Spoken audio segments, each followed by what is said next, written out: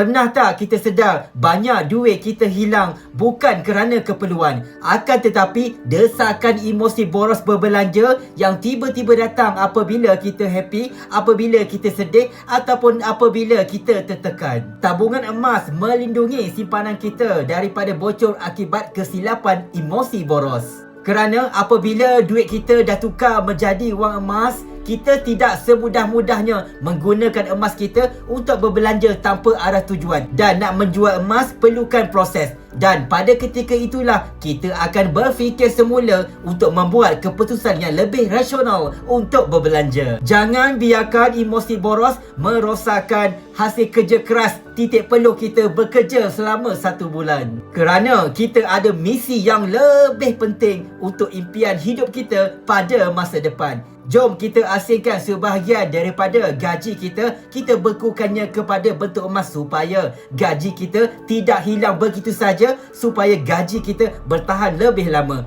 Hubungi Hafizul sekarang untuk mulakan tabungan emas di akaun Emas Gap. Hafizul bantu sebaiknya.